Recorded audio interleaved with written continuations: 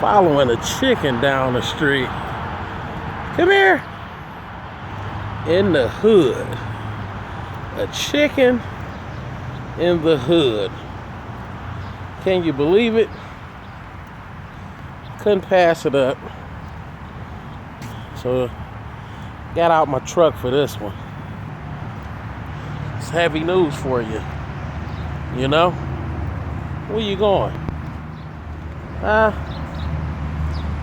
In the hood. On West 25th, of course. You know what I'm saying? First a pig, the other day, now a chicken, right? You can't get back in the gate?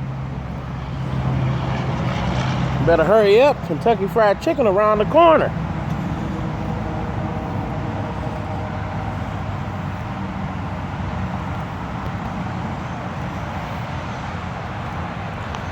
People next, I guess I'm gonna do a segment on Noah's Ark. I keep running into these animals out here. You know what I'm saying? Don't they know they'll get ate? I mean, I'm not gonna personally catch them and wring their neck. But it's a lot of African Americans and Puerto Ricans over here on the west side. And once again, that motherfucker will get cooked.